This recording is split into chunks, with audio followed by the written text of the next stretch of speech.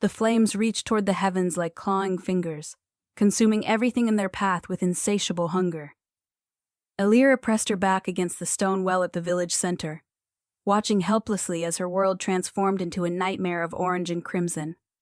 The heat scorched her lungs with each desperate breath, and ash fell like cursed snow around her trembling form. "Please," she whispered to the empty sky, her voice barely audible above the roar of destruction. "Someone help us." Houses that had sheltered generations crumbled into glowing embers. The bakery where she had worked since childhood was nothing more than blackened timber and shattered dreams. Mrs. Henley's cottage, with its cheerful yellow shutters and flower boxes, had vanished entirely beneath the relentless appetite of the fire. Children's cries pierced through the chaos as families fled toward the distant mountains, carrying whatever precious belongings they could salvage. Elira's heart clenched as she spotted little Thomas, no more than 5 years old, clutching a wooden toy horse while his mother dragged him away from their burning home. The sight made her chest ache with a pain deeper than the smoke that filled her lungs. She had always been the one others turned to in times of crisis, the village healer's apprentice, who could mend broken bones and ease troubled minds. But against this supernatural inferno, her knowledge meant nothing. Her herbs and potions were ash, her confidence reduced to trembling uncertainty. The fire had appeared without warning just after dawn, spreading with unnatural speed and intensity. No lightning had struck, no careless ember had escaped a hearth. This blaze moved with purpose, as if guided by some malevolent intelligence that sought to erase their peaceful existence from the earth. "There!" someone shouted from across the square. "Look to the western ridge." Elira squinted through the smoke and saw Hema figure silhouetted against the inferno, standing motionless on the rocky outcropping that overlooked their village. Even from this distance, she could sense something otherworldly about his presence. He was tall and imposing, wrapped in a dark cloak that seemed to absorb the firelight rather than reflect it. "The Dragon King," old Henrik breathed as he stumbled past her, his weathered face pale with terror. "He's come for us at last." Stories of the Dragon King had haunted Elira's childhood dreams, tales of an ancient being who commanded fire and storm, who had once ruled vast kingdoms before retreating to his mountain fortress centuries ago. Some claimed he was a fallen god, others insisted he was a demon bound by cosmic chains. All agreed that his wrath was terrible and his mercy non-existent. But as Elira stared at the distant figure, a desperate idea began to form in her mind. If the Dragon King commanded fire, perhaps he could also control it. Perhaps he could be reasoned with, bargained with, convinced to spare what remained of their home. The thought was madness. Every story warned against seeking out the Dragon King, against drawing his attention or invoking his name. Those who had tried never returned from his mountain domain. Yet what choice did she have? In minutes, everything and everyone she loved would be reduced to ash and memory. Without allowing herself time to reconsider, Elira began running toward the western ridge. Her legs burned as she climbed the steep slope, loose rocks sliding beneath her feet and threatening to send her tumbling back down into the valley. Behind her, the fire continued its methodical destruction, each passing moment stealing away another piece of her world. As she drew closer to the figure on the ridge, details became clearer and more terrifying. He stood nearly 7 feet tall, his broad shoulders wrapped in a cloak that seemed woven from shadows and starlight. Dark hair fell past his shoulders, and even in profile his features held an otherworldly beauty that made her breath catch in her throat. When she was still 20 paces away, he spoke without turning to face her. His voice carried the weight of mountains and the heat of forge fires. "You should not have come here, mortal child." Elira forced herself to keep walking until she stood just behind him, close enough to see the intricate patterns embroidered in silver thread along his cloak's edges, close enough to feel the power that radiated from him like heat from molten metal. "My village burns. My people are dying. I am aware." His tone held no emotion, no hint of compassion or regret. "It is the natural order of things. Fire consumes, mortals perish, and the world continues turning. You could stop it." The words tumbled from her lips before she could consider their wisdom. Everyone says you command fire, that you rule the elements themselves. Please, I'll do anything you ask." At last, he turned to face her, and Elira's knees nearly buckled beneath the intensity of his gaze. His eyes burned like liquid gold, ancient and unfathomable, holding depths that spoke of centuries beyond counting. High cheekbones and a strong jawline gave his face an aristocratic beauty, but there was something predatory in his expression, something that marked him as definitely not human. "Anything?" He stepped closer, and she caught his scent-cedar smoke and heated metal, wild mountain air, and something indefinably dangerous. "Do you understand what you offer, little healer?"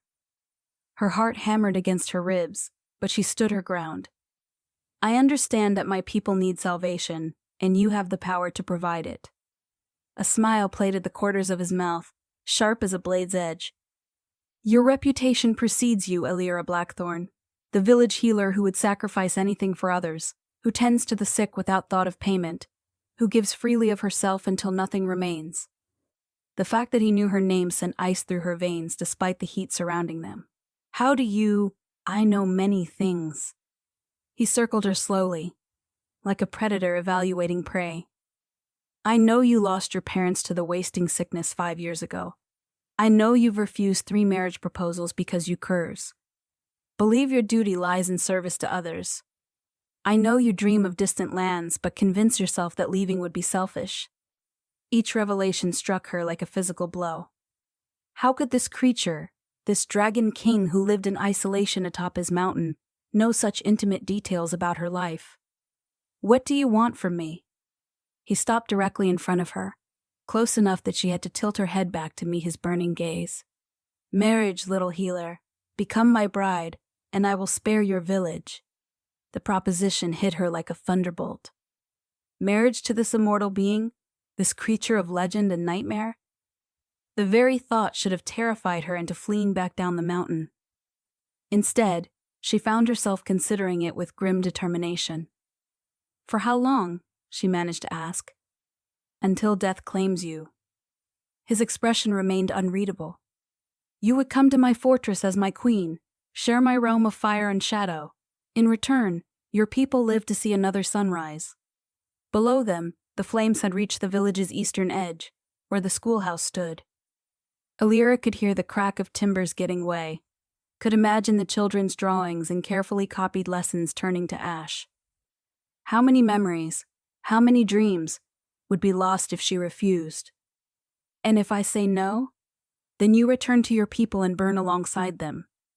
He shrugged with casual indifference. "The choice is yours to make." It wasn't really a choice at all. Elira had dedicated her life to healing and protecting others. How could she stand by and watch them perish when she held the power to save them? Even if it meant sacrificing everything she had ever wanted for herself. Even if it meant binding herself to this dangerous, beautiful creature for whatever remained of her mortal life.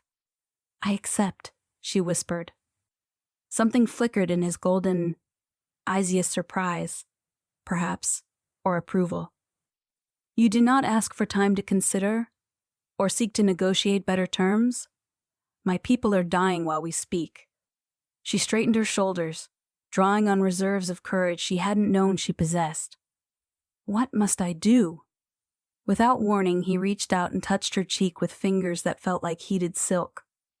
The contact sent shivers racing through her entire body, and she gasped at the unexpected intensity of sensation. "Swear it. Swear by your soul that you will come willingly to my domain and take your place as my bride." The words felt heavy on her tongue, weighted with supernatural significance. "I swear by my soul that I will come willingly to your domain and take my place as your bride." The moment the vow left her lips, power crackled through the air around them. The Dragon King's form seemed to blur and expand, revealing glimpses of vast wings and scales that gleamed like polished obsidian. Then he threw back his head and spoke a single word in a language that predated human civilization. The effect was immediate and dramatic. The fire that had been consuming the village suddenly reversed direction, flames retreating as if pulled by invisible hands. Within minutes, the blaze had withdrawn completely, leaving behind charred ruins but no active destruction. The air shimmered with heat mirages, but the immediate danger had passed. "It is done," he said, his form solidifying back into human appearance. "Your people are safe." Relief flooded through Elira so powerfully that her legs nearly gave way. Below in the valley, she could see villagers emerging from their hiding places, staring in wonder at the miraculous cessation of the fire. Children who had been crying in terror now pointed excitedly at the smoldering remains, marveling at their unexpected salvation. "When?" she asked quietly. 3 days hence, when the moon reaches its peak. A carriage will come for you at midnight." He stepped back, his expression once again unreadable. "Use the time to say your farewells and arrange your affairs. Once you enter my realm, you will not return to this place." The finality of his words settled over her like a burial shroud. 3 days to close the chapter of her entire life, to bid goodbye to everyone and everything she had ever known. 3 days before she became the bride of a creature whose true nature remained mysterious and potentially terrifying. "What should I call you?" she asked as he turned to leave. "Kieran." The name carried weight, as if speaking it aloud changed something fundamental in the world around them. "You may call me Kieran." Then he was gone, vanishing between one blink and the next, leaving only the lingering scent of cedar smoke and the memory of golden eyes that had seen too much. Elira stood alone on the ridge, watching her saved village slowly come back to life, and wondered what she had truly committed herself to. The descent back to the village passed in a blur of mixed emotions. Relief at their salvation warred with growing apprehension about her own fate. Villagers surrounded her as she reached the square, their faces bright with gratitude and amazement. "Elira!" Mrs. Henderson rushed forward, her plump face streaked with soot but glowing with joy. "The fire just stopped like magic. We thought we'd lost everything." "It was magic," Elira replied softly, unable to summon false cheer. "But magic always comes with a price." Old Henrik studied her with sharp eyes that missed little despite his advanced age. "What price, child? What did you promise to save us?" She looked around at the gathered faces, people who had known her since birth, who trusted her wisdom and relied on her skills. How could she explain that she had essentially sold herself to a being from legend? How could she make them understand that their salvation had cost her everything? "Nothing you need worry about," she said finally. "The important thing is that you're all safe." But Henrik wasn't fooled. He'd lived long enough to recognize the weight of sacrifice when he saw it. His weathered hand found her shoulder, squeezing gently. "Whatever you've done for us, girl, we'll not forget it. Not ever." The next 3 days passed with dreamlike quality, each moment both precious and painful. Elira threw herself into helping with the recovery efforts, using her healing skills to treat burns and smoke inhalation, offering comfort to families who had lost their homes. She gathered what herbs and medicines she could find in the surrounding woods, creating a store for the village's continued care after her departure. On the second day, she finally told Martha Comely, her closest friend since childhood, about the bargain she had struck. Martha's green eyes filled with tears as the full implications became clear. "There has to be another way," Martha whispered as they sat together in what remained of Elira's herb garden. "You can't just disappear into some nightmare realm. What if he's lying? What if he plans to hurt you?" "He could have hurt all of us and chose not to," Elira replied, though her own doubts gnawed at her constantly. "Besides, what's done is done. The oath is binding. I can feel it in my bones. Even if I tried to run, something would compel me back." Martha grabbed her hands, holding them tightly. "Then I'll come with you. I'll demand to serve as your lady's maid or something. You shouldn't face this alone." The offer touched Elira deeply, but she shook her head firmly. "You have your family here, your baby brother to care for. This is my burden to bear." That evening, Elira walked through the village one final time, memorizing every detail she could. The way sunset light fell across the reconstructed market square, the sound of laughter from the tavern where survivors gathered to share stories and count blessings. She visited the small cemetery where her parents lay buried, kneeling beside their simple headstones to whisper a farewell she hoped their spirits could hear. "I kept my promise," she told them quietly. "I used my gifts to protect people, just like you taught me. I hope wherever you are, you understand why I have to leave." The wind rustled through the ancient oak that shaded the graveyard, and for a moment, Elira imagined she could hear her mother's voice carried on the breeze, offering love and approval for the choice she had made. On the third night, she stood ready in her best dress, a simple blue gown that had belonged to her mother, carefully mended and pressed for the occasion. She had packed a small bag with a few precious belongings: her mother's silver brush, her father's worn journal, and a pressed flower from her garden that somehow seemed important to preserve. As the church bell tolled midnight, hoofbeats echoed through the empty streets. Elira peered out her window to see a carriage unlike anything she had ever imagined rolling to a stop before her door. It was crafted from what looked like black crystal, with silver fittings that gleamed in the moonlight. No driver sat on the box, yet the 4 midnight black horses stood perfectly still, their eyes glowing with the same golden fire she had seen in Kieran's gaze. Taking a deep breath to steady her nerves, Elira picked up her bag and stepped outside. The carriage door swung open in her approach, revealing an interior lined with dark velvet and lit by floating orbs of soft light. She hesitated for just a moment, looking back at the home where she had spent her entire life, then climbed inside. The moment she settled onto the cushioned seat, the carriage lurched into motion. But instead of rolling along the village roads, it lifted smoothly into the air, rising above the rooftops and heading toward the distant mountains. Elira pressed her face to the crystal window, watching her world shrink away below until it looked like nothing more than a cluster of lights scattered across the dark landscape. The journey lasted several hours, carrying her high into mountain ranges she had only glimpsed from afar. The air grew thin and cold, though the carriage interior remained comfortable. She dozed fitfully, waking each time they passed through strange phenomena: clouds that glowed with inner fire, waterfalls that flowed upward into the sky, forests where the trees seemed to whisper secrets in languages she didn't recognize. Finally, the carriage began to descend, approaching a sight that stole the breath from her lungs. Kieran's fortress rose from the mountain peak like something born from dragon dreams and mortal nightmares. Spires of black stone twisted toward the star-filled sky, connected by bridges that seemed to float without support. Windows glowed with warm golden light, and she could see gardens and courtyards carved into the living rock. The carriage touched down in a vast courtyard paved with stones that shifted color from black to deep red as they passed over them. Elira climbed out on unsteady legs, overwhelmed by the alien beauty surrounding her. The air itself felt different, here thicker, charged with power that made her skin tingle. "Welcome to Drakmoor, my lady." She turned to find a woman approaching from the fortress entrance, middle-aged, with steel-gray hair and kind eyes, dressed in robes of midnight blue. Everything about her seemed human and reassuring after the supernatural journey. "I am Vera, the castle's seneschal," the woman continued with a warm smile. "His Majesty awaits you in the Great Hall, but perhaps you would prefer to refresh yourself first? The journey from the mortal realm can be quite taxing." The offer was tempting, but Elira's nerves were stretched too tightly for delay. "I think I'd rather meet him now and get it over with." Vera's expression grew sympathetic.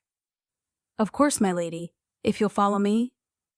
They walked through corridors that defied rational architecture, walls carved with murals depicting scenes of ancient glory and terrible loss.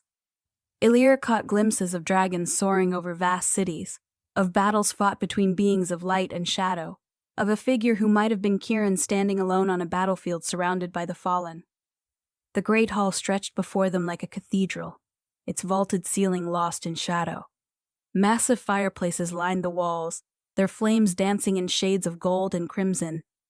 At the far end, a throne carved from a single piece of obsidian sat on a raised dais, and upon it sat the Dragon King himself. He had shed his traveling cloak for robes of deep burgundy and black, the fabric seeming to shift and flow like liquid flame. A circlet of twisted gold and rubies rested on his dark hair, and his golden eyes tracked her approach with unreadable intensity. Even seated, his presence filled the vast space, commanding attention and inspiring a healthy fear.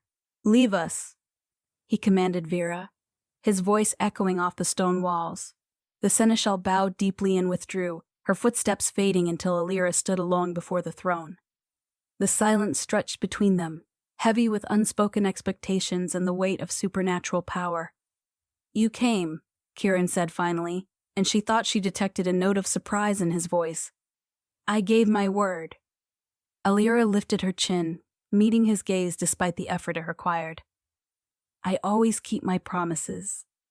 Something that might have been approval flickered across his features. Indeed, that quality may serve you well in the trials ahead. He rose from the throne and descended the steps toward her, each movement graceful and predatory. When he stopped just arm's length away, she caught that intoxicating scent Agensheeter and metal, danger and ancient power. There are things you must understand before we proceed, he said, his voice dropping to a more intimate tone. This marriage is not what mortals would consider conventional. I do not seek companionship or affection. I have purposes that transcend such simple desires. His words stung more than she expected, though she tried to hide the reaction. Then why marriage at all? Surely there are other ways to bind someone to your service. Marriage creates connections that run deeper than mere servitude. His golden eyes seemed to bore into her soul. What I require of you demands the most intimate of bonds. Before she could ask what he meant, he gestured toward a doorway that had been hidden in shadow. Come, there is something you must see. They walked through more impossible corridors, past windows that showed views of realms that couldn't exist on any earthly mountain. Gardens bloomed under starlight that fell in colors she had no names for, and distant towers spiraled into dimensions that hurt to contemplate directly.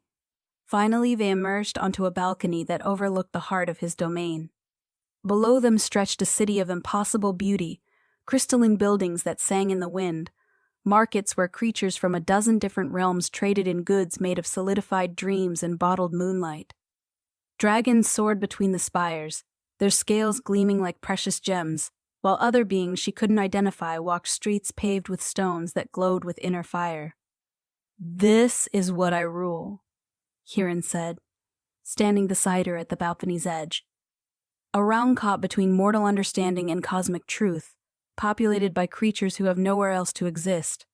For centuries, I have maintained the barriers that keep this place stable. That prevent it from dissolving back into the chaos from whence it came. Elira stared in wonder at the magnificent sight below. It's beautiful and dying. His words carried the weight of personal anguish. The magic that sustains Drakmoor weakens with each passing year. Soon, all of this will fade into nothingness, and everything I'd have built will be lost forever. She turned to study his profile, seeing pain etched in the strong lines of his face. What does this have to do with our marriage? Everything. He faced her fully, his golden eyes burning with desperate intensity. I was not born to rule this realm, Elira. I was cursed to it, bound by chains of magic and regret that grow tighter with each passing decade. Only one thing can break those chains and restore the power needed to save my people. Understanding began to dawn, cold and terrible. What one thing? A willing sacrifice. His voice dropped to barely above a whisper. Someone who would give not just their life, but their very soul to shatter the bonds that hold me prisoner. The revelation hit her like a physical blow. She stumbled backward, her hand flying to her throat as if she could already feel the life being drained away. You want me to die for you? I want you to choose life for thousands of others.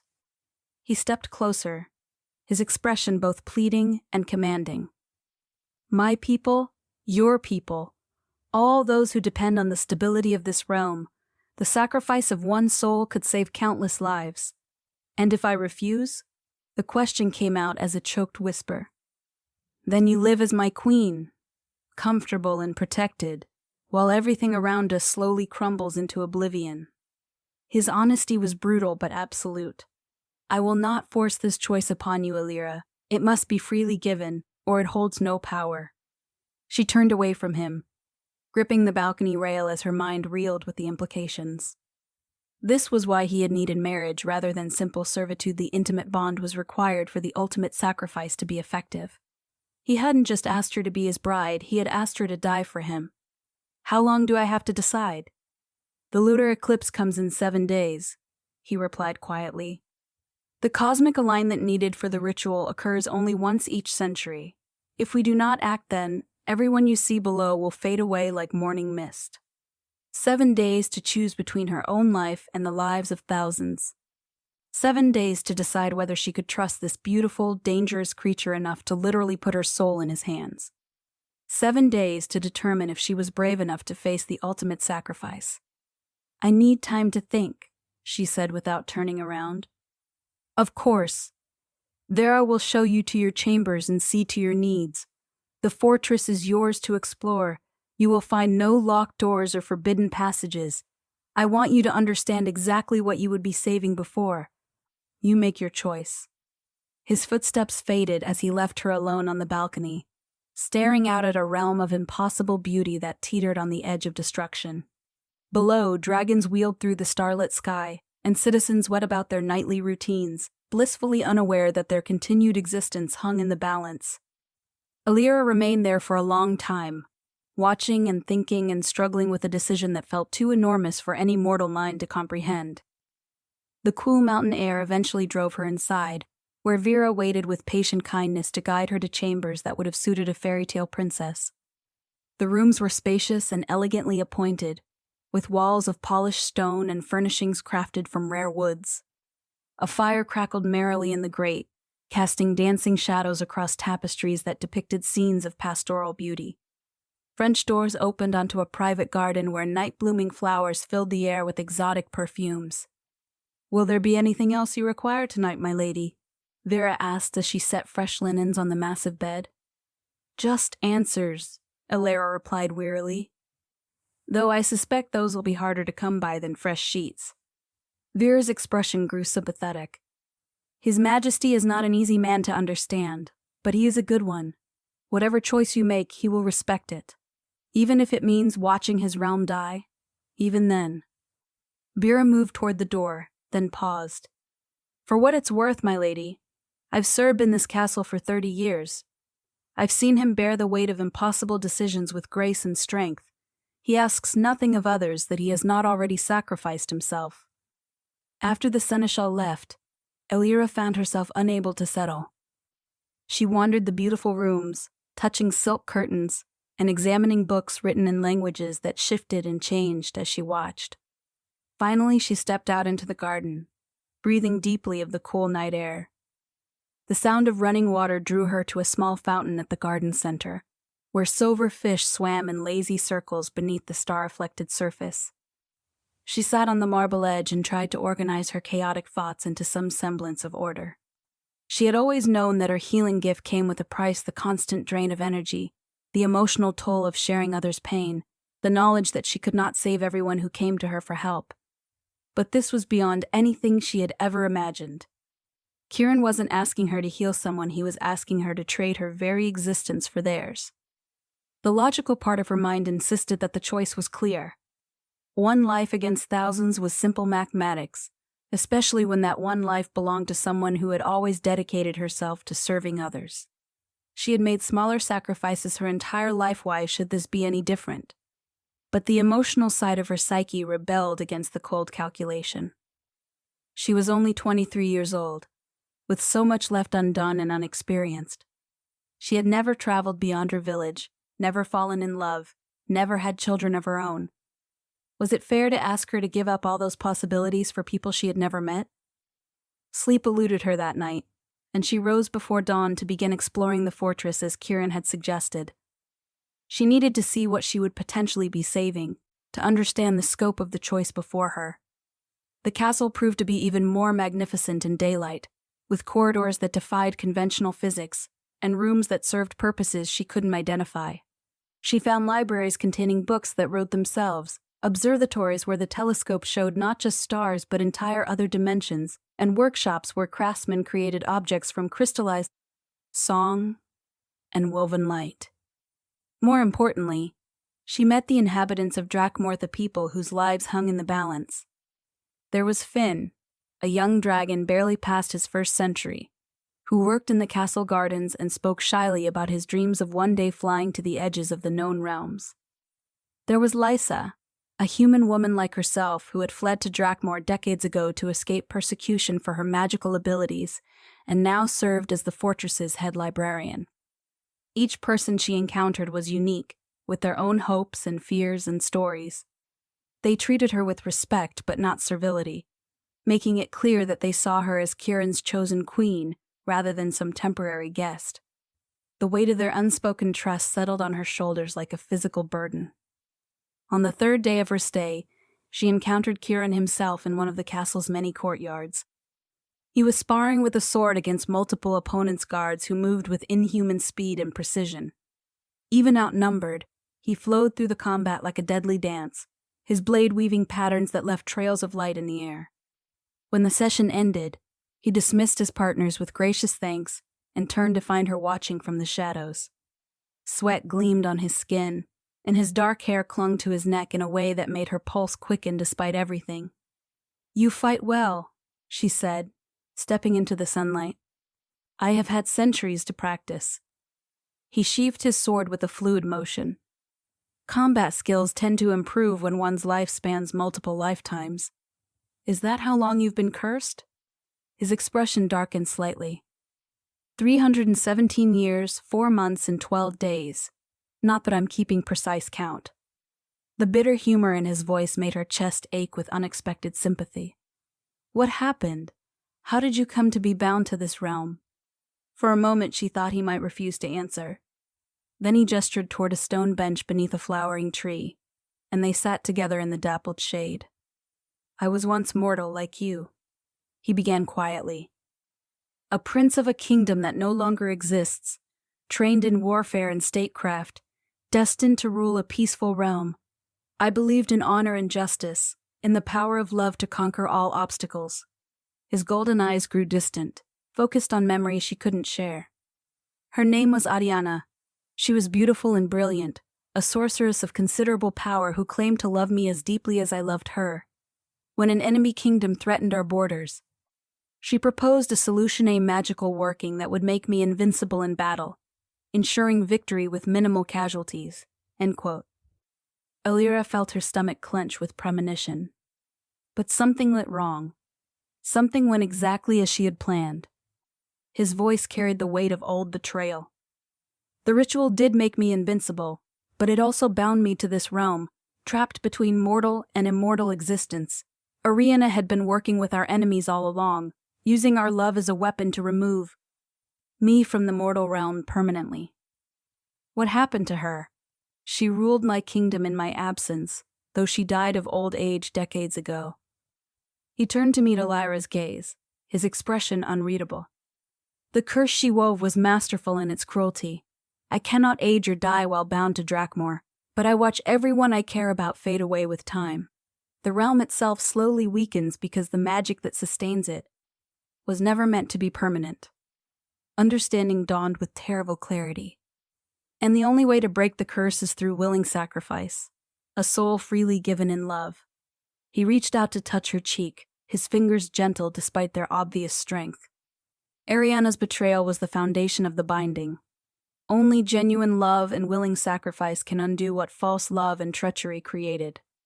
The touch sent shivers through her entire body, but she forced herself to focus on his words rather than her physical reaction. "You expect me to love you in 4 days? I expect nothing." His hand dropped away, leaving her skin feeling cold despite the warm afternoon air. Love cannot be commanded or conjured. Either it exists or it does not. They sat in silence for several minutes, watching butterflies dance among the strange flowers that bloomed throughout the garden. Elira found herself studying his profile, noting the way sunlight brought out auburn highlights in his dark hair, the strong line of his jaw, the full mouth that could be both cruel and surprisingly gentle. He was beautiful, certainly more beautiful than any mortal man she had ever encountered. But beauty alone wasn't love, and attraction wasn't the same as the deep, abiding connection required for the ultimate sacrifice. How could she possibly develop such feelings for someone she barely knew, especially when those feelings might lead to her death? "Tell me about Drakmoor," she said finally. "Help me understand what I would be saving." His expression brightened slightly, and he began describing the realm with obvious affection. He spoke of the dragon clans who had found refuge here when their own realms fell to cosmic shifts, of the human mages who had fled persecution in the mortal world, of dozens of other species who had made Drakmoor Krek their home over the centuries. "We are not merely a kingdom," he explained. "We are a sanctuary for those who have nowhere else to go, a place where different peoples can coexist despite their origins. The magic that sustains this realm allows for possibilities that cannot exist anywhere else." As he spoke, Elira began to see past the magnificent architecture and impressive displays of power.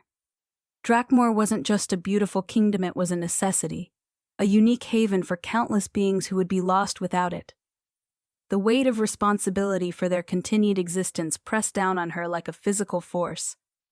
That evening, she joined Kieran for dinner in his private chambers, a smaller and more intimate space than the grand hall where they had first met.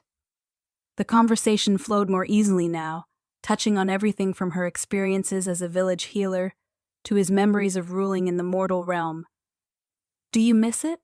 she asked as they shared wine that tasted like liquid starlight. "Your original kingdom, your mortal life?"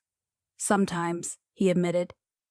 "I miss the simplicity of mortality, the knowledge that each day was precious because there were only a finite number of them. Immortality brings a different perspective when you have infinite time. Individual moments lose some of their significance. But you're not truly immortal if the curse can be broken." "No," he agreed quietly. "Though breaking it means accepting mortality once more, along with all the vulnerabilities that entails." The implication hung between them unspoken.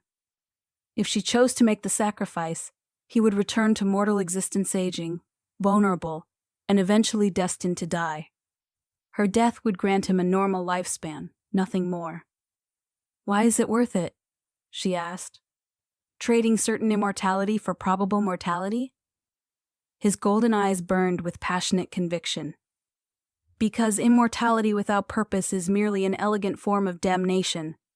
I would rather live 50 mortal years as a free man than spend eternity as a prisoner, no matter how gilded the cage." The sincerity in his voice moved her more than she expected. Here was someone who understood the true meaning of sacrifice, who was willing to give up godlike power for the simple freedom to choose his own fate. She could respect that kind of courage, even if she wasn't sure she possessed it herself. After dinner, he walked her back to her chambers, their footsteps echoing softly through the candlelit corridors. At her door, he paused, seeming to struggle with something he wanted to say. "Elira," he began hesitantly, "I want you to know that whatever you decide, I am grateful that you came. These past days have reminded me what it feels like to share this realm with someone who sees its beauty rather than merely its strangeness." His words touched something deep in her chest, a warmth that had nothing to do with the magical fires that heated the castle.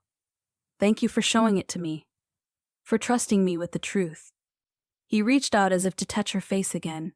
Ben seemed to think better of it, letting his hand fall to his side. "Sleep well, little healer. Tomorrow brings us closer to the eclipse, and to whatever choice you make." The fourth day dawned gray and cloudy, with distant thunder rumbling through the mountains. Elira woke feeling restless and decided to explore the parts of the fortress she hadn't yet seen. Her wanderings led her to the castle's highest tower, where she discovered Kieran standing before a massive crystal that pulsed with inner light. "The heart of Drakmoor," he explained when he noticed her approach. "It's the source of all magic in this realm, the anchor that keeps us stable in the cosmic void." The crystal was beautiful but obviously flawed, shot through with dark veins that seemed to spread even as she watched. "It's dying." "As am I." His voice held no self-pity, merely stating fact. "The curse binds my life force to the realm's stability. As the magic weakens, so do I. Eventually, both will simply cease to exist." Elira stepped closer to the crystal, feeling power radiating from its fractured surface like heat from a forge. "How much time do you have?" "Months, perhaps a year at most." He moved to stand beside her, and she noticed new lines of exhaustion around his eyes. "The eclipse represents our last real chance to break the binding before it becomes irreversible." The revelation that he was slowly dying added another layer of complexity to her decision. Even if she chose not to sacrifice herself, Kieran would still perish and his death would take Drakmoor and all its inhabitants with him. Her choice wasn't really between her life and others. It was between dying now to save everyone, or dying later when the realm collapsed. "If I refuse," she said quietly, Could you find someone else? Another willing sacrifice? The bonds of marriage are required for the ritual to work. His expression remained carefully neutral. I cannot simply divorce you and find another bride in the time remaining. She turned to study his face, searching for any hint of manipulation or coercion. Instead, she found only weary honesty and the weight of impossible responsibility, whatever game he might be playing. She was beginning to believe it wasn't with her emotions. That afternoon brought an unexpected visitor to the castle. Elira was reading Prey in the library when commotion in the courtyard drew her to the window. A figure approached the main gate's humanoid, but clearly not human. With pale blue skin and hair like spun silver, Kieran met the newcomer personally, their conversation too distant for her to overhear. An hour later, Vera appeared in the library doorway. His Majesty requests your presence in the map room, my lady. There's been a development. The map room proved to contain charts of realms and dimensions that made her head ache to contemplate directly. Kieran stood before a table covered with star charts and cosmic calculations, his expression grim. The pale visitor stood beside him, radiating an otherworldly presence that made Elira's skin prickle. Elira, this is Zephyr, an oracle from the Twilight Courts, Kieran said by way of introduction. He brings news about the eclipse. Zephyr's eyes were like pools of liquid mercury, reflecting depths that spoke of knowledge beyond mortal comprehension.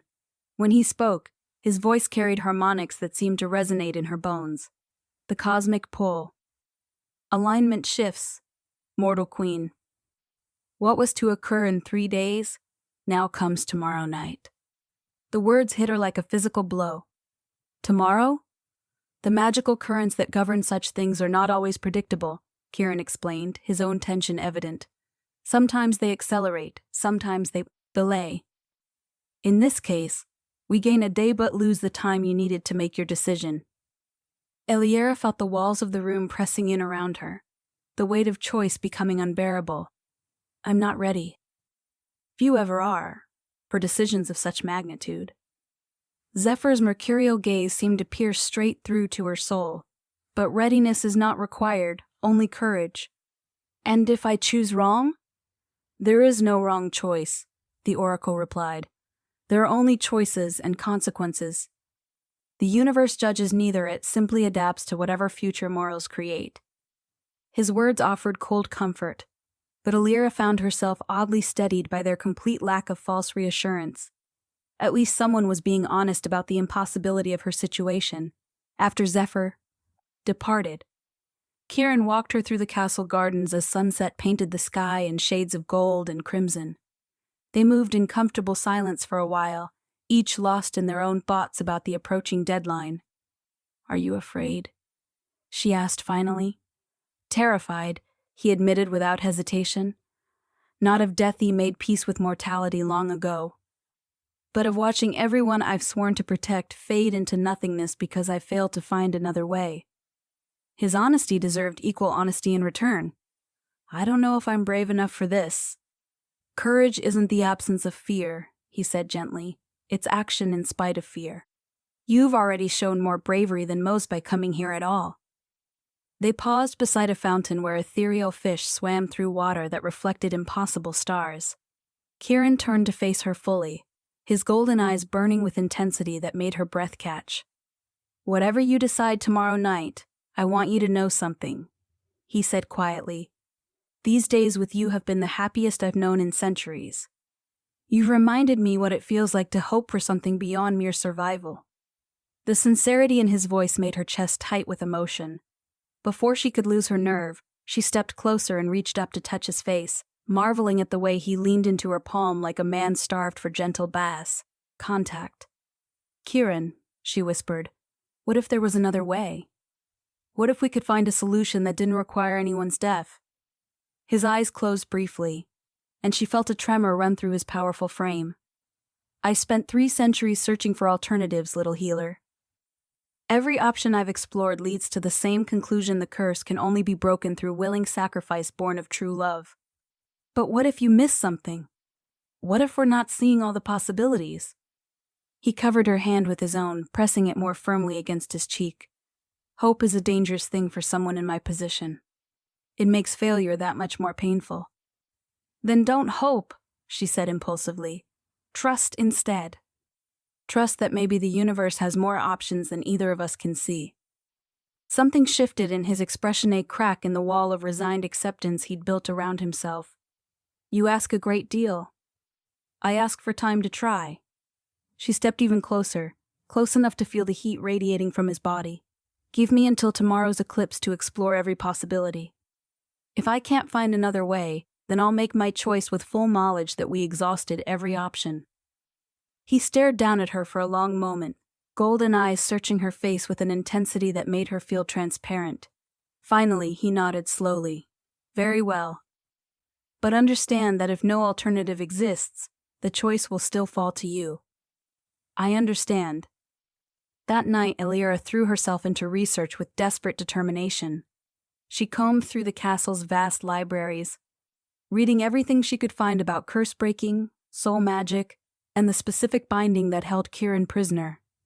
Vera helped translate texts written in ancient languages, while other castle inhabitants offered their own knowledge and theories.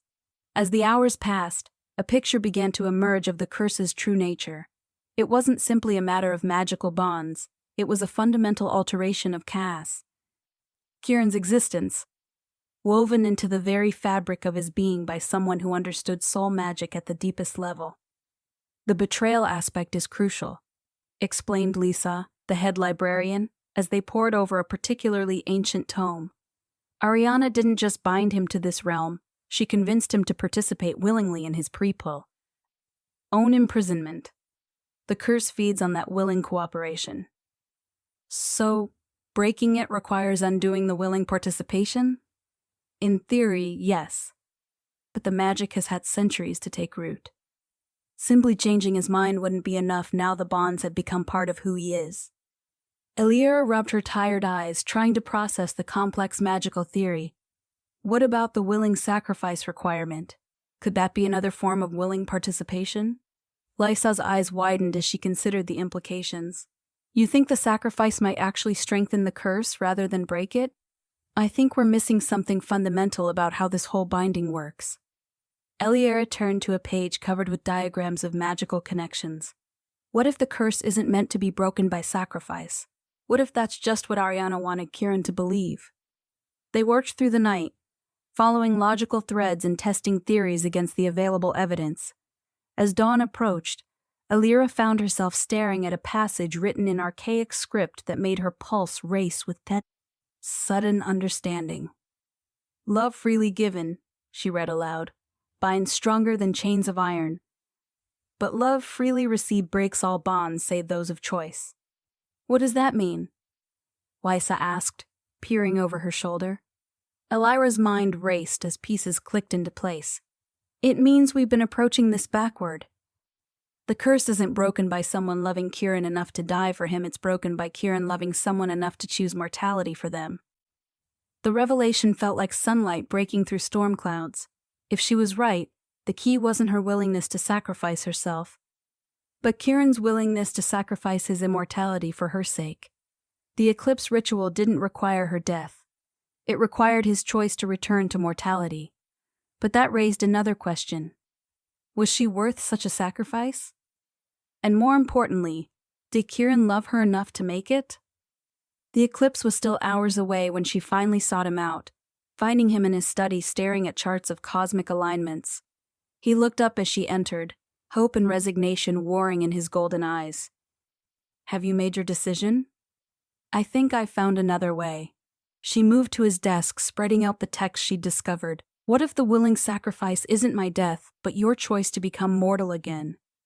He listened intently as she explained her theory, his expression shifting from skepticism to wonder as the logic became clear.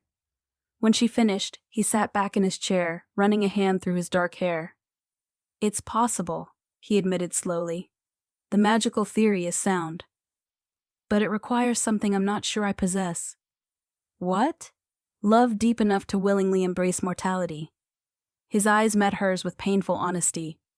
Elira, these past days have meant more to me than you know, but love, true love isn't something that can be forced or rushed. I care for you, desire you, feel protective of you, but is that enough to power such magic? The question hung between them like a challenge. Elira felt her heart hammering against her ribs as she realized she was about to risk everything on an emotion that might not even exist. There's only one way to find out, she said quietly. But Kieran, I need you to understand something first. Even if this works, even if the curse is broken, I'm still mortal. I'll age and die, while you could live for centuries. Are you prepared for that? His hand found hers across the desk, fingers intertwining with surprising gentleness. I told you before, mortality without purpose is merely elegant damnation. I would rather have 50 years of real life with you than an eternity of beautiful loneliness. The sincerity in his voice made her chest tight with emotion. And if it doesn't work? If we're wrong about the solution? Then we'll have tried everything possible, and whatever choice you make will be truly informed. He lifted her hand to his lips, pressing a soft kiss to her knuckles. But I find myself hoping you're right, little healer. I find myself wanting to believe in possibilities I'd given up for lost. The day passed in a blur of preparation and nervous energy. Kieran consulted with his advisors about the modified ritual, while Elira tried to calm her racing thoughts and prepare for whenever the evening might bring. She chose her finest dress, a gown of deep green silk coat that had been waiting in her wardrobe, and let Vera arrange her hair in an elaborate style befitting a queen. As the sun set and the eclipse began, they made their way to the castle's highest chamber, where the heart of Drakmoor pulsed with increasingly erratic light. The crystal had grown noticeably darker since morning, its structural flaws spreading like spiderwebs through the magical matrix. The lunar eclipse reaches totality in 1 hour, Kieran announced to the small group assembled for the ritual. Whatever we do must happen then, when the cosmic forces are properly aligned. Elira stood beside him, trying to project confidence she didn't entirely feel. Around them, magical circles had been inscribed in silver and gemstone dust, creating patterns that hurt to look at directly. Candles burned with flames of various colors, and the air itself seemed to thrum with building power. Are you ready? Kieran asked quietly as the moon began to darken overhead. As ready as I can be. She turned to face him fully, memorizing every detail of his beautiful, inhuman features. Kieran, whatever happens, I want you to know that coming here wasn't just about saving my village. These days with you have changed me in ways I'm still discovering. Something blazed in his golden eyes, hope, desire, and something deeper that made her breath catch.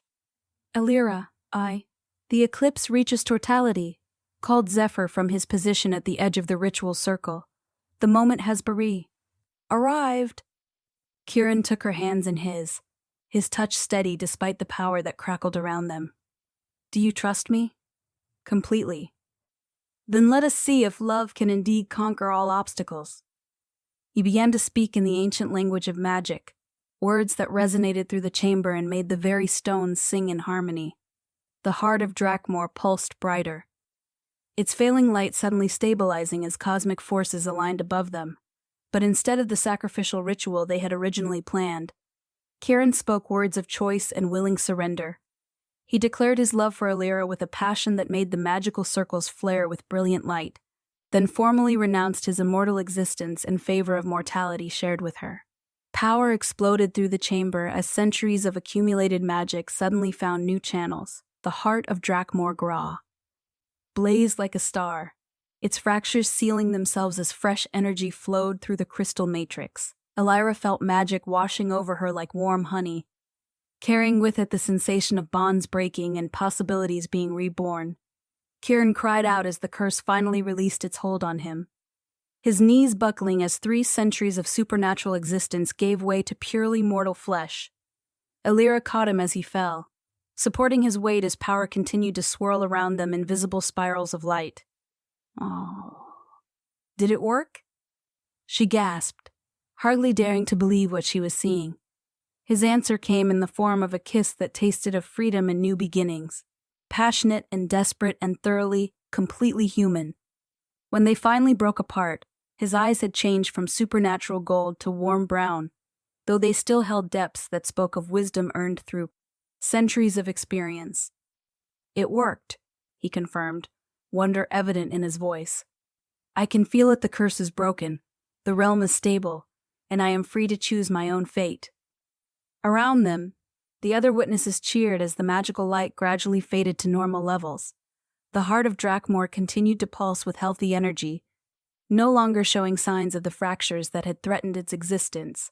Outside, they could see stars emerging as the eclipse passed, their light reflecting off castle spires that no longer flickered with uncertainty. So, what happens now? Elira asked as they helped each other to their feet.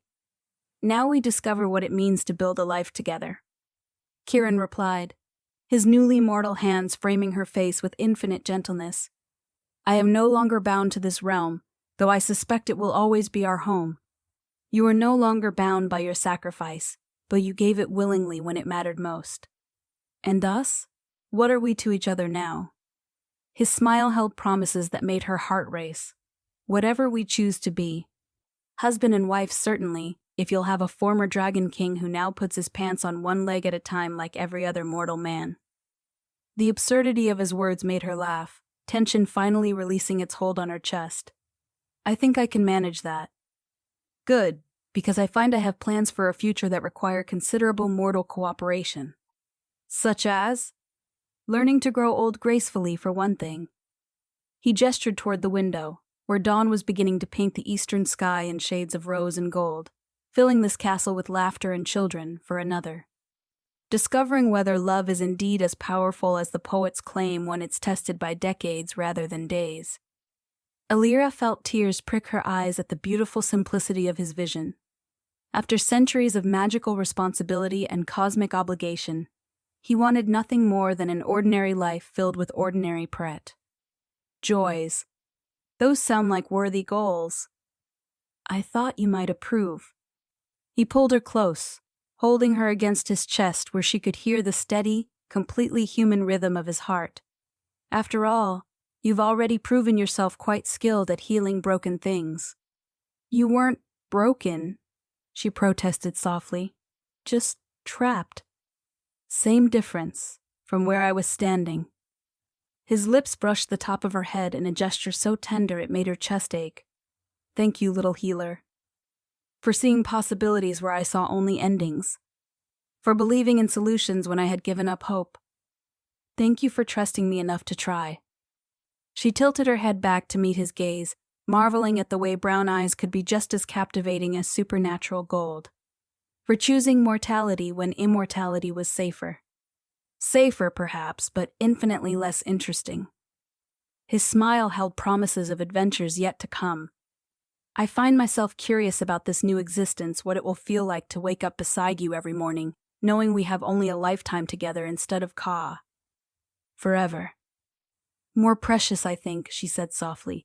When something is finite, every moment matters more. Then let us make sure every moment counts.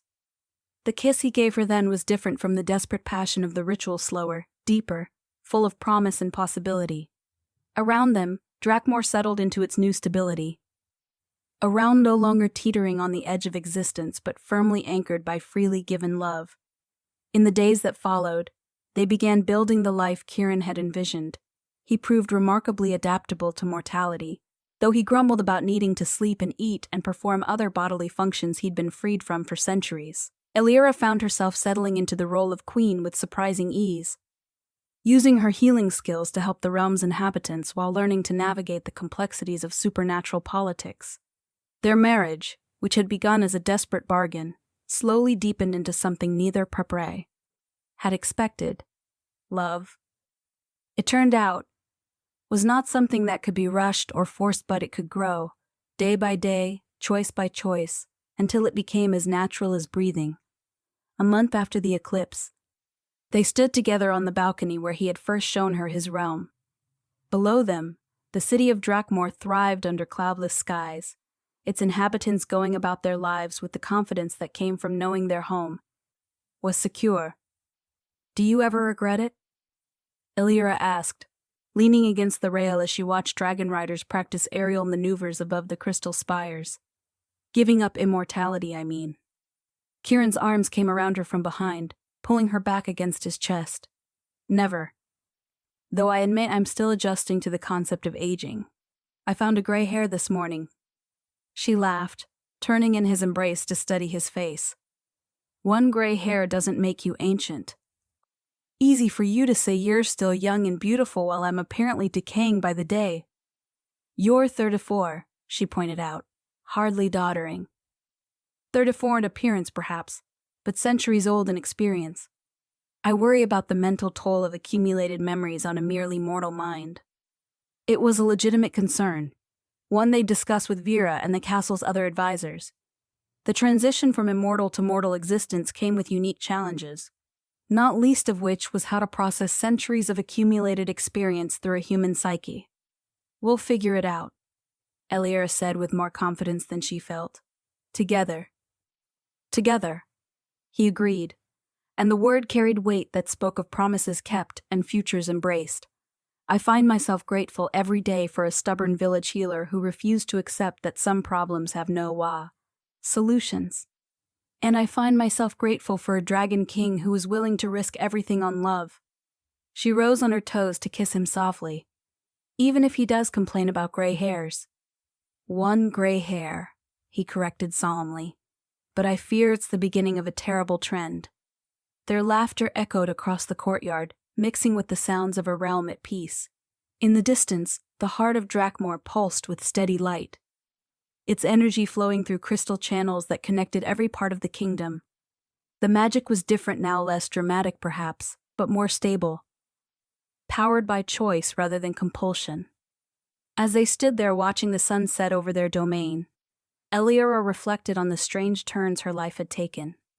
6 weeks ago, she had been a simple village healer with no ambitions beyond serving her community. Now she was queen of a magical realm, married to a man who had once commanded dragons and storm clouds. The transformation should have been done. Overwhelming, but somehow it felt right. As if all her years of healing and helping others had been preparation for this larger purpose. This opportunity to serve not just one village, but an entire kingdom of displaced souls seeking sanctuary. "What are you thinking about?" Kieran asked softly, his cheek resting against her hair. "How strange life is," she replied. 6 weeks ago, if someone had told me I'd be married to the Dragon King and living in a magical fortress, I'd have suggested they see a healer about their fever dreams. And now? Now it feels like where I was always meant to be. She turned to meet his gaze, marveling at how the brown eyes suited him better than the supernatural gold ever had. As if every choice I made before this was leading me here, to you, to this moment. "Destiny, perhaps," he suggested, though his tone was teasing rather than serious. "Choice," she corrected firmly. "Yours and mine and 1,000 small decisions that brought us to this point. Destiny implies we had no control over our fate." "And you prefer the idea that we wrote our own story?" "I prefer the idea that we're still writing it." She gestured toward the thriving kingdom below them. "Every day brings new chapters, new possibilities. That's the beauty of mortality, the future is never fixed." His smile held warmth that rivaled the setting sun. "Then let us make sure our story is worth the telling." As autumn turned to winter, their relationship continued to deepen and evolve. Kieran proved to be an attentive husband and a wise ruler, though he had to adjust his governing style to account for mortal limitations. He could no longer work for days without rest or solve problems through sheer supernatural will. But he found that moral constraints forced him to be more creative and collaborative. Elira threw herself into her role as queen, establishing healing centers throughout the realm and training others in the medical arts. She discovered that many of Drakmoor's inhabitants possessed unique healing abilities suited to their various species, and she worked to create a comprehensive healthcare system that served everyone's needs. Their first major challenge came during the winter solstice, when unusual magical fluctuations threatened the stability of several outlying settlements.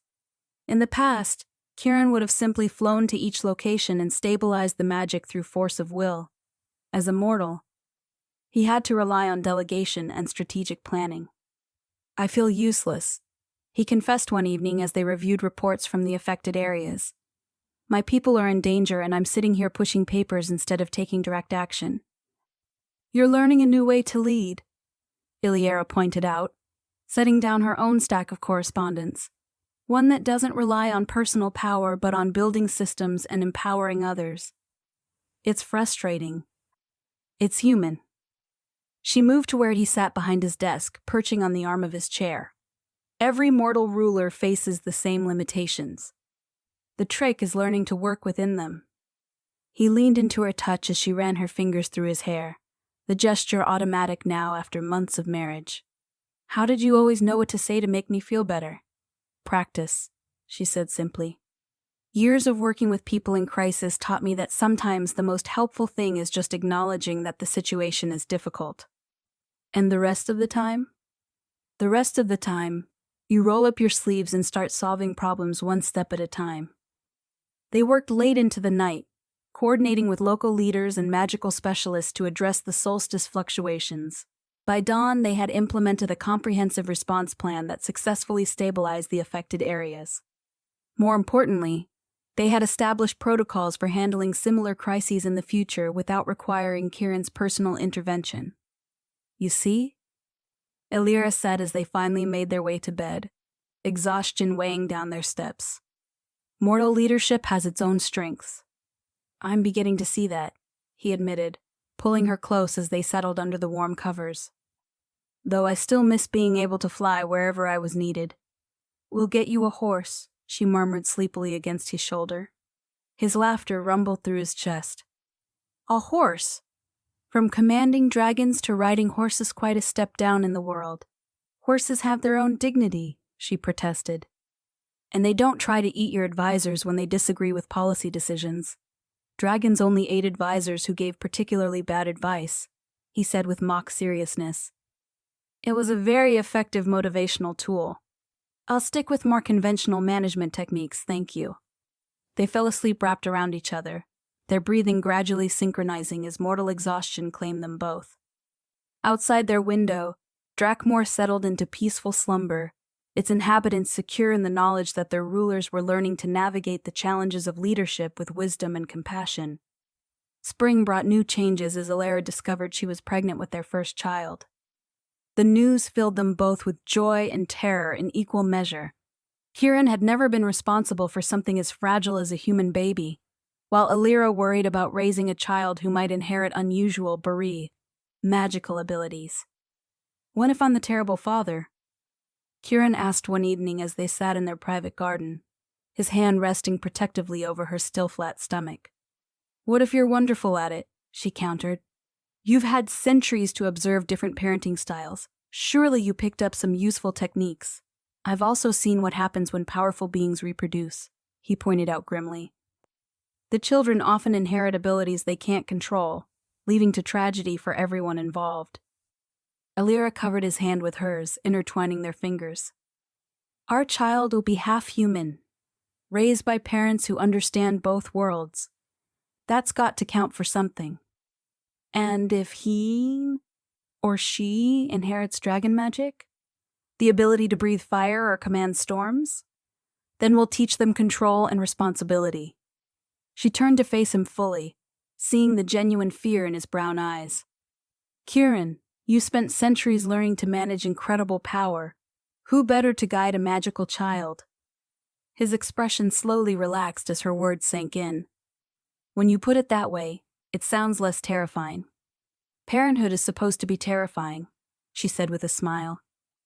It means you care enough to worry about doing it right. Their daughter was born during the autumn equinox, arriving with a lusty cry that echoed through the castle corridors. She was perfectly human in appearance, with Elira's green eyes and Kieran's dark hair, but when she grasped her father's finger for the first time, tiny sparks of golden light danced across her skin. Magic, Kieran breathed in wonder, staring down at the infant in his arms. But controllable magic, Elira observed, noting how the sparks faded as the baby settled into sleep. She's not overwhelmed by it. They named her Lyanna, after Kieran's long-dead mother, and she quickly became the center of their world. The castle staff spoiled her shamelessly, while the various magical inhabitants of Drakmoor competed to offer gifts and blessings. Dragons crafted jewelry from their own scales, while earth elementals grew special gardens in her honor. As Liana grew from infant to toddler, her magical abilities developed gradually and safely. She could light candles with a touch and make flowers bloom with her laughter, but the power never overwhelmed her small frame. Kieran proved to be a devoted father, spending hours teaching her control exercises disguised as games. "You're a natural at this," Elira observed one afternoon as she watched him help 2-year-old Liana practice making rainbow lights dance in the air. "I had good examples to follow," he replied, steadying their daughter's chubby hands as she concentrated on the spell. "And one very important thing they lacked, which is, I chose this life instead of having it forced upon me." He glanced up at her with a smile that held years of contentment. "That makes all the difference." Their second child arrived 3 years later, son they named Marcus, who showed no magical abilities but possessed an uncanny talent for understanding people's emotions. Where Liana was fire and light, Marcus was steady earth and flowing water, balancing his sister's exuberance with quiet wisdom that seemed far beyond his years. 2 children, and they're complete opposites, Elira mused, as she watched Marcus calmly negotiating a dispute between his sister and the young dragon who served as her playmate. "Good," Kieran said firmly. "The last thing this realm needs is 2 little fire starters running around causing chaos." As their children grew and their marriage deepened, Elira found herself reflecting on the path that had brought them to this peaceful existence. The desperate bargain that had begun their relationship seemed like something from another lifetime, though she could still remember the terror and uncertainty of those first days in Drakmoor. Now, watching Kieran teach their children to ride horses while dragons soared overhead, it was hard to imagine any other life. The village where she had been born still existed. She visited occasionally, bringing healers and teachers from Drakmoor to help with their continued development. But her heart belonged here now, in this realm of impossible possibilities and hard-won happiness. "Do you ever wonder what would have happened if I'd chosen differently?" she asked one evening as they sat together watching the sunset paint the sky in shades of gold and crimson. "If you'd refused to make the sacrifice, you mean?" Kieran considered the question seriously. "Sometimes. Though I suspect we would have found each other eventually, even without the crisis." "How can you be so certain?" "Because love like ours doesn't happen by accident," he said simply. "It's too deep, too right to be merely coincidental. If not the fire threatening your village, then some other crisis would have brought us together. Destiny again? Choice again," he corrected with a gentle smile. 2 people choosing to see past fear and tradition to find something worth fighting for. Their conversation was interrupted by the sound of children's laughter echoing from the courtyard below. Liana and Marcus were playing some elaborate game that involved making lights dance while young dragons performed aerial acrobatics. The sight filled Elira with deep contentment. This was what they had saved, what they had built together through love and sacrifice and countless small choices. "No regrets?" Kieran asked softly, following her gaze to their children. "Only one," she replied, leaning into his warmth. "Which is?" "That it took a crisis to bring us together." She turned to smile at him, seeing the man she had fallen in love with rather than the legend she had once feared. "I would have liked to meet you under happier circumstances, but would we have recognized each other without the crisis?" he wondered. Sometimes it takes extremity to strip away all the pretenses and show us who we really are. Perhaps he was right. Perhaps they had needed the desperate circumstances to push past their fears and conventions, to see the possibilities that existed beyond their limited expectations. The village healer and the Dragon King might never have found common ground without fire and magic and the threat of mutual destruction.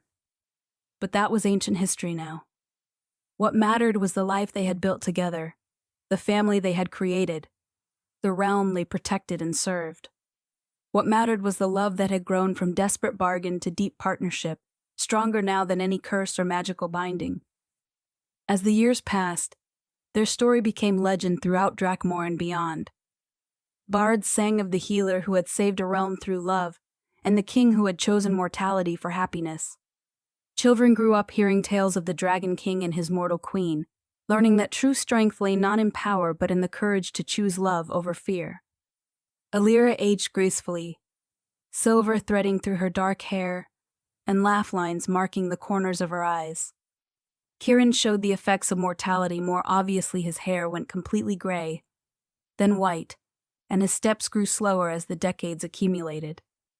But his eyes remained bright with intelligence and affection, and his love for his family never wavered.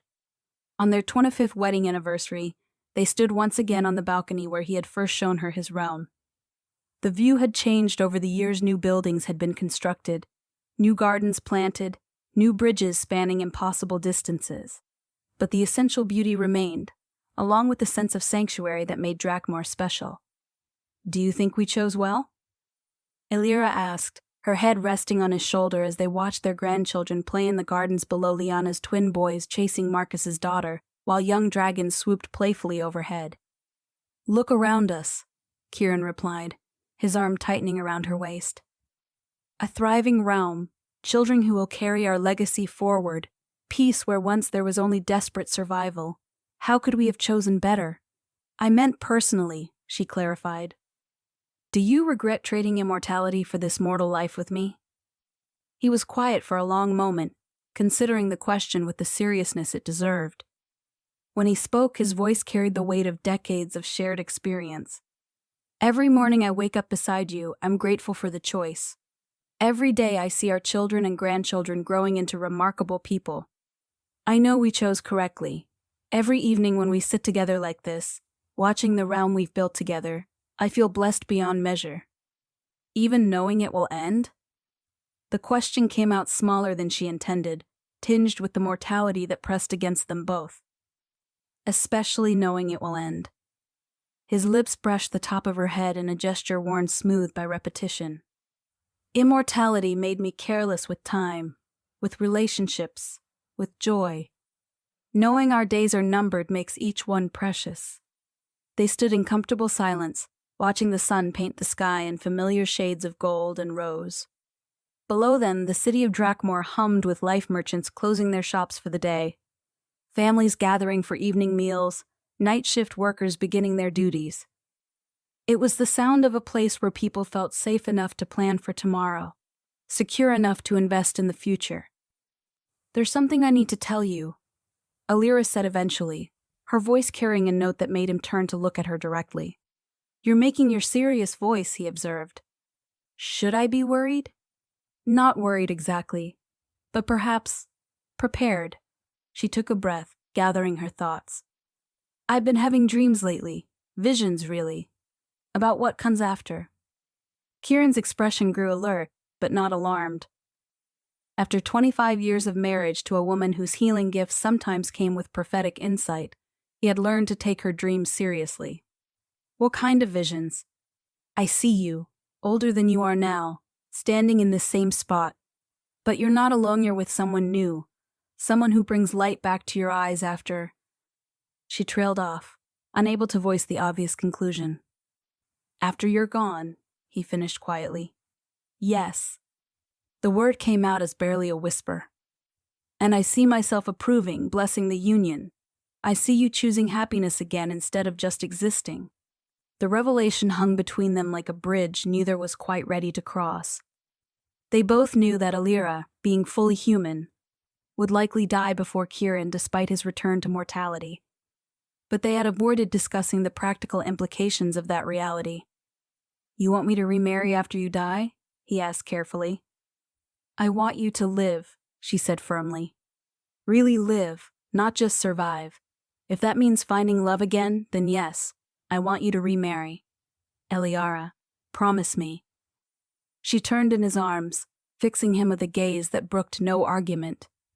"Promise me you won't spend whatever years you have left mourning what's gone, instead of embracing what remains." The request clearly cost him effort to consider. "You're asking me to plan for a future without you. I'm asking you to honor what we've built together by refusing to let it end with my death." Her hands framed his face, thumbs tracing the familiar lines that mapped their shared years. "Our love created something beautiful, this family, this realm, this peace. Don't let that legacy die with me." He caught her hands, pressing kisses to her palms with desperate tenderness. "How can you ask me to love someone else when I can barely imagine existing without you?" "Because that's what love does," she said simply. "It transforms us into better versions of ourselves. The love you learned with me will make you a better husband to whoever comes next, just as the healing I practiced in my village made me a better queen here." The logic was sound, but Kieran's expression remained troubled. "What if I can't? What if losing you breaks something in me that can't be repaired?" "Then our children will help put you back together," Elira said with quiet confidence. "And our grandchildren. And all the people who depend on you. You won't be alone, even when I'm gone." They talked late into the night, working through the fears and hopes that came with contemplating mortality. It wasn't an easy conversation, but it was a necessary one, the kind of discussion that came naturally to couples who had learned to face difficult truths together. Over the following months, they began making practical preparations for Elira's eventual passing.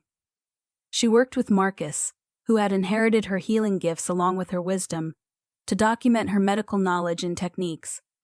She spent time with Liana, sharing stories and memories that would help preserve family history for future generations. Most importantly, she began gradually transferring her queenly duties to others, ensuring that Drakmoor's governance wouldn't suffer when she was no longer there to share the burden. It was delicate work preparing for succession without creating panic or premature power struggles. "You're making this too easy for me," Kieran observed one evening as they reviewed her transition plans. "I should be the one figuring out how to manage without you." "We're figuring it out together," she corrected. "Just like we figured out everything else." The changes came gradually, so subtly that most people didn't notice at first. Elira began delegating more responsibilities, spending longer hours in consultation with healers and administrators. She started taking afternoon naps, claiming she needed rest to keep up with their energetic grandchildren. Only Kieran saw the deeper signs, the way she sometimes paused mid-sentence, as if listening to something only she could hear, the occasional tremor in her hands when she thought no one was looking, the increasing frequency of her prophetic dreams. "How long?" he asked one morning as she sat before her mirror, brushing hair that had grown noticeably thinner overnight. "Not long," she replied without pretense. They had moved beyond the need for comforting lies. "Weeks, perhaps a month or two." The pronouncement should have devastated him, but instead, Kieran felt an odd sense of relief. The waiting and uncertainty had been harder than the knowledge itself. Now they could focus on making their remaining time meaningful, rather than worrying about how much they had left. They spent those final weeks doing simple things, walking through the gardens they had planted together, reading to their grandchildren, sharing meals with friends who had become family over the decades. There were no grand gestures or dramatic pronouncements, just the quiet deepening of bonds that had been 25 years in the making. "I'm not afraid," Elira told him one evening as they lay in bed, her head pillowed on his chest while he traced gentle patterns on her back. "I am," he admitted, "terrified. Of being alone? Of forgetting." His voice carried a vulnerability that decades of marriage had made safe to express. "What if I forget the sound of your laugh, or the way you scrunch your nose when you're thinking hard about something? What if I lose the little details that make you real in my memory?" "Then you'll remember the important things instead," she said softly. How it felt to be loved completely, how it felt to love someone without reservation. Those feelings don't fade, they become part of who you are. Promise? Promise. She died on a Tuesday morning in late spring, surrounded by family and friends who had come to say goodbye. It was peaceful. She simply closed her eyes during what they thought was a nap and didn't open them again. Her last words were spoken to Kieran, so quietly that only he could hear them. "Choose happiness." The funeral was attended by beings from across the known realms, all coming to pay respects to a queen who had touched countless lives through her compassion and wisdom. Dragons flew in formation overhead, while earth elementals carpeted the ground with flowers that would never fade. The entire city of Drakmoor grieved the loss of someone who had helped shape their world into a place of safety and hope. Kieran delivered the eulogy with steady dignity, speaking of a woman who had saved them all not through magical power, but through the simple revolutionary act of choosing love over fear. He talked about her healing gifts, her tireless service to others, and the family she had built with patience and devotion. But privately, in the quiet moments after the crowds dispersed and the official mourning ended, he struggled with a grief that threatened to consume him. For weeks he went through the motions of leadership while feeling hollow inside, as if some essential part of himself had been buried alongside his wife. Their children rallied around him with the same fierce protectiveness Elira had shown their subjects. Lyanna organized his schedule to ensure he ate regular meals and got adequate rest, while Marcus took on many of the administrative duties that had once been shared between the king and queen. "Mother made us promise to take care of you," Lyanna explained when Kieran protested their hovering. "We're not going to let her down." Slowly, gradually, the sharp edge of grief began to dull into something more manageable. Kieran found himself able to smile at his grandchildren's antics, to take pleasure in the changing seasons, to feel genuine interest in the affairs of his realm. The healing wasn't complete, he suspected it never would be, but it was enough to let him function as both king and father. 2 years after Elira's death, he encountered a woman in the castle's main library who sparked something he had thought extinguished forever. She was researching historical healing techniques, her dark head bent over ancient texts with the same intense concentration he remembered from watching his wife work. Her name was Elena, and she had come to Drakmoor seeking knowledge that might help her establish a school for magical healing in the eastern provinces. She was younger than Elira had been at their meeting, with auburn hair and warm brown eyes that reflected both intelligence and compassion. "You're reading my wife's journals," Kieran observed, approaching her table with careful neutrality. Elena looked up, startled by his sudden appearance. "Your Majesty! I'm sorry, I didn't hear you approach. The librarian said these were available for research purposes." "They are," he assured her quickly. "Elira always intended for her knowledge to be shared. I was simply curious about your interest in her work." What followed was a conversation that stretched through the afternoon and into the evening, covering everything from advanced healing techniques to the challenges of establishing new educational institutions. Elena proved to be brilliant and passionate about her work, with a dedication that reminded him of another healer he had once known. But she was also distinctly herself more outgoing than Elira had been, quicker to laugh, possessed of a dry wit that caught him off guard. There was no attempt to replace what he had lost, only the gradual recognition of something new and unexpected. Their courtship was slow and careful, conducted under the watchful eyes of children who wanted to protect their father's heart while honoring their mother's final wishes. It took months of quiet dinners and long walks through the castle gardens before Kieran could admit to himself that he was falling in love again. "She's not trying to be mother," Marcus observed one evening, as they watched Elena play with the youngest grandchildren in the courtyard. "That's what I like about her."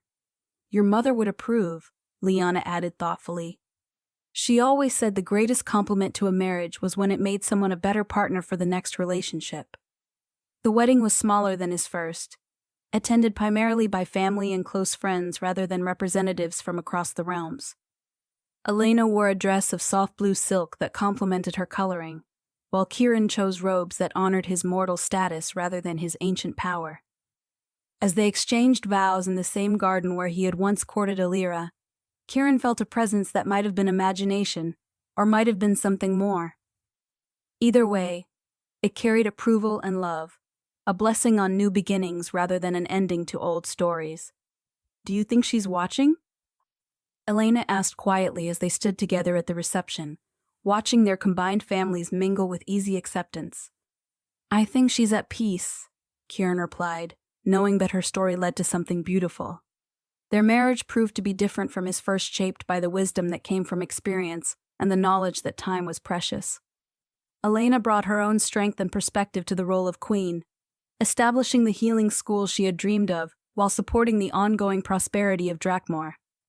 She never tried to erase Elira's memory or legacy, instead building upon the foundations that had been laid with care and respect. The two women would have liked each other. Kieran often thought they shared the same dedication to healing and the same fierce protectiveness toward those they served. Years passed, bringing new challenges and new joys. Kieran's children had children of their own, creating a sprawling family tree that connected the mortal and magical worlds in unprecedented ways. The realm of Drakmoor continued to thrive, becoming a model for how different peoples could coexist in harmony. As Kieran entered his 70s, he began to feel the weight of age in ways that reminded him of his mortality. His hair had gone completely white, his steps had slowed, and he needed reading glasses to review official documents. But his mind remained sharp, and his love for his family and realm burned as brightly as ever. "Any regrets?" Elena asked one evening as they sat together in the same spot where he had once watched sunsets with Elira. "None," he said without hesitation. "Every choice led me here, to this moment, to this peace. How could I regret any of it? Even the pain? Especially the pain." He took her hand, marveling at how natural the gesture had become. "The pain taught me to value what I had while I had it. It made the joy more precious by contrast." Elena squeezed his fingers gently. "Elira was wise to make you promise to choose happiness. She was wise about many things," he agreed. "Most importantly, she understood that love doesn't diminish when it's shared. The love I had for her made me capable of loving you not less, but differently." They watched the last light fade from the sky, comfortable in the silence that came from years of shared understanding. Below them, Drakmoor settled into evening rhythms that had remained essentially unchanged for decades. It was a good legacy. Kieran bought a realm where people could build lives and raise families without fear of supernatural catastrophe. "What do you think happens next?" Elena asked as they prepared to go inside. "Tomorrow we wake up and do it all again," he said simply. "We tend to our people, we love our family, we find joy in small moments. That's the real magic, not the grand gestures, but the daily choice to build something good. And after that our children will take over and their children after them." He paused to look back at the view one more time, memorizing details he had seen thousands of times before. "The story will continue, written by new hands but built on the foundation we've laid together." As they walked back into the castle, Kieran reflected on the strange journey that had brought him from desperate immortal to contented mortal. The path had been marked by sacrifice and loss, but also by love and growth and the deep satisfaction that came from serving something larger than himself. He had been the Dragon King, feared and isolated in his supernatural power. He had been a cursed immortal, trapped by his own mistakes and others' betrayal. But in the end, he had become something better: a husband, a father, a leader who ruled through wisdom rather than might. The transformation hadn't been easy, but it had been worth every difficult moment. Love, he had learned, was indeed powerful enough to break any curse, not through grand sacrifice, but through the daily choice to put others' well-being before your own fears. In his final years, Kieran spent increasing time with his grandchildren and great-grandchildren, sharing stories of the realm's history and the lessons he had learned through decades of leadership. He taught them that true strength came from compassion, that real power lay in service to others, and that the most important magic was the love that bound families and communities together. When his time finally came, he faced it with the same peaceful acceptance Elira had shown. Surrounded by the sprawling family they had created together, he closed his eyes on a life well lived and a legacy that would endure for generations. His funeral drew mourners from across the known realms, all coming to honor a king who had chosen mortality for love and found immortality in the hearts of those he served. Dragons soared overhead in final salute, while the people of Drakmoor lined the streets to bid farewell to the ruler who had protected them through wisdom and sacrifice. Elena delivered his eulogy with the same steady dignity he had shown at Elira's funeral, speaking of a man who had found the courage to transform himself from legend into human being.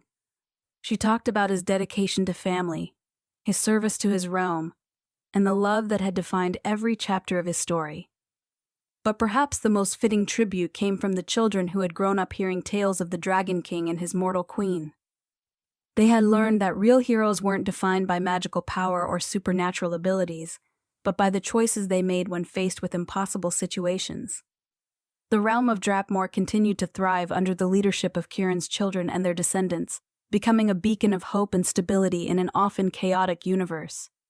The story of the village healer who had saved a realm through love became legend, passed down through generations as a reminder that ordinary people could accomplish extraordinary things when they chose courage over fear. And in the castle gardens where Kieran had once courted two different queens, flowers bloomed year after year in testament to the power of love freely given and sacrifice willingly made. The heart of Drakmoor pulsed with steady light, its energy flowing through crystal channels that connected every part of the kingdom in an endless cycle of renewal and hope. The story had ended, but the love that created it lived on, not as mere memory, but as living force that continued to shape the world through every choice made in its honor. That, perhaps, was the greatest magic of all, the transformation of finite mortal love into something infinite and eternal, a legacy that would never fade as long as people remembered the power of choosing light over darkness, hope over despair, and love over fear. In the end, Elira had been right about one thing: their story was worth the telling, not because it was perfect, but because it was true. It was the story of two people who found each other across impossible circumstances and built something beautiful from the ashes of desperation. It was proof that love could indeed conquer all obstacles, not through dramatic sacrifice, but through the patient, daily work of building a life together. And in a realm where magic made impossible things possible, that was perhaps the most magical thing of all.